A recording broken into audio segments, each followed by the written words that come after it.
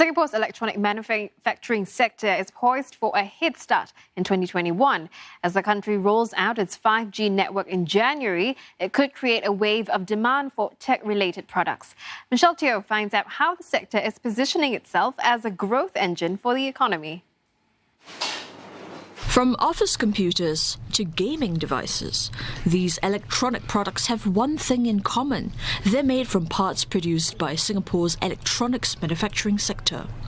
The higher demand of such devices contributed to the manufacturing sector's 10% growth in the third quarter this year, and economists expect this trend to continue.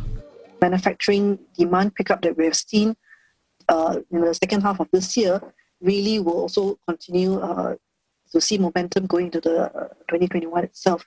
I think in particular, the semiconductor demand arising from the 5G solutions and the enterprise IT solutioning will remain the key drivers.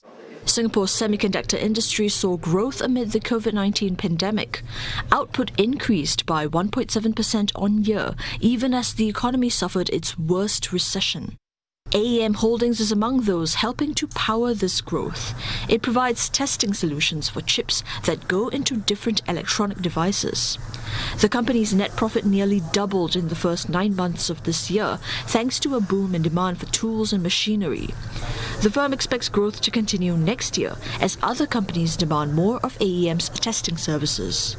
These kind of applications are centered around increasingly powerful computing blocks that are cheaper to build, large amounts of communication for bandwidth, and then sensors capable of taking a physical phenomena and converting it into an electrical signal.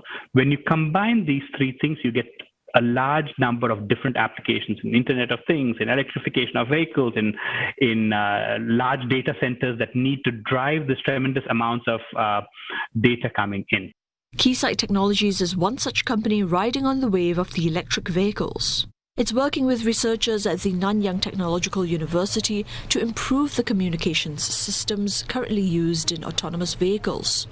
That's because current vehicles are using two sets of different technologies. And that poses a risk to road safety if data transmission in either of the systems fail. Keysight wants to integrate the two technologies to enhance safety and global application of this product. They believe there's potential of it going beyond land-based autonomous vehicles. You can imagine for train,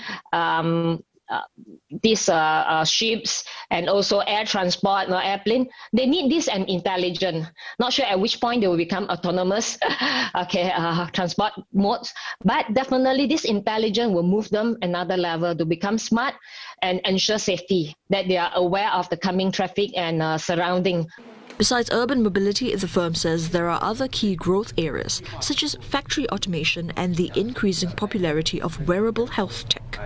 And then in retail, growth will be driven by innovation that ensures safer stores and also efficient retail supply chain from factory, logistic, and to end user.